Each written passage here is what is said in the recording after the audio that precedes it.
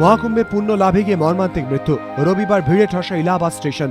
পুণ্যকুম্ভে স্নান সেরে বাড়ি ফেরার তাড়া, হঠাৎই আর্তনাদ, হুড়োহুড়িতে পদপিষ্ট হয়ে মৃত বহু পুণ্যার্থী, আহত অনেকে।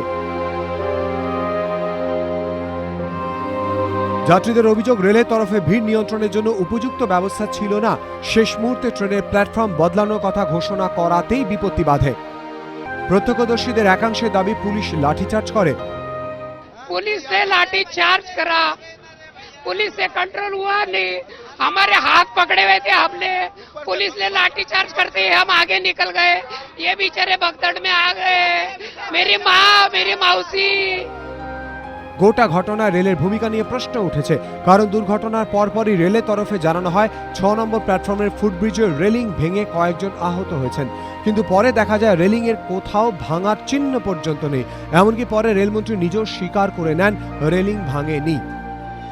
मेरी खबर ये है, लेकिन इस बात को फिर आप भी पुष्टि करेंगे, मैं भी पुष्टि करूंगा कि रेलिंग नहीं टूटी। দুর্ঘটনার পরেও রেলের বিরুদ্ধে চরম অব্যবস্থার অভিযোগ উঠেছে। প্ল্যাটফর্মে দেহ পড়ে থাকা সত্ত্বেও দীর্ঘক্ষণ কোনো আধিকারিক ঘটনাস্থলে পৌঁছননি বলে অভিযোগ। এমনকি আহতদের চিকিৎসাতেও বিলম্বের অভিযোগ ওঠে, যদিও রেলের তরফে সব রকমের ব্যবস্থা নেওয়া হয়েছে বলে দাবি করেন রেল প্রতিমন্ত্রী অধীর চৌধুরী।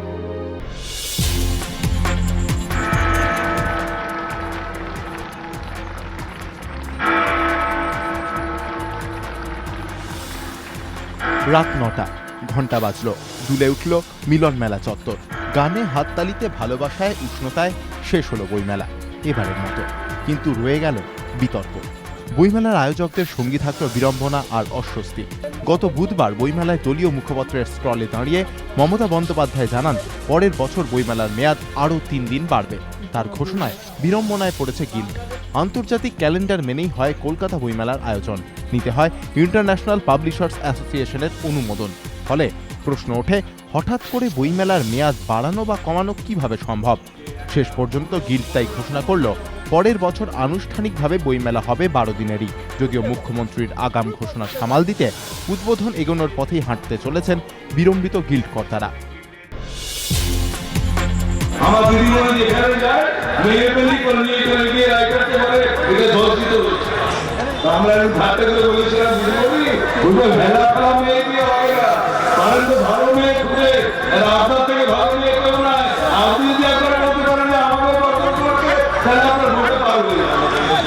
তাহলে ওরা হকি মারতে কি যা আছে, যদি এরকম হয় আমি কিছু মজুরি দিয়ে দেবো। কত লোক 20 আছে, আমি দিদিমণিকে জিজ্ঞেস করলাম, মুখ্যমন্ত্রী সম্পর্কে সিপিএম বিধায়ক আনিসুর রহমানের এই মন্তব্যই রাজনৈতিক মহলে সমালোচনার ঝড় তোলে। চরম অস্বস্তিতে পড়ে সিপিএম।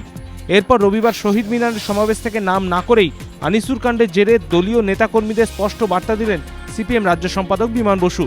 বললেন, অতি উৎসাহী হয়ে ভাষা বিচ্যুতি ঘটাবেন না, বিরোধীদের ব্যক্তিগত আক্রমণ করবেন না।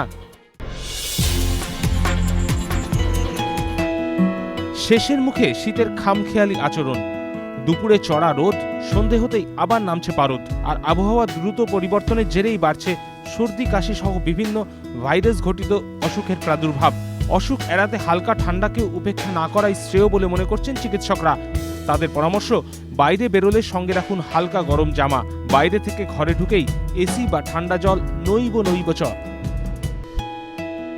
চিকিৎসকদের মতে সর্দি কাশি হয় সাধারণত অ্যালার্জি থেকে। সেক্ষেত্রে চিকিৎসকদের পরামর্শ অনুযায়ী শুরুতেই অ্যান্টিবায়োটিক বা ইনহেলার নিলে কষ্ট খানিকটা লাঘব হবে। পেটের সমস্যা এড়াতে এই কটা দিন বাইরের খাবার এড়িয়ে চলার পরামর্শও দিলেন চিকিৎসকরা।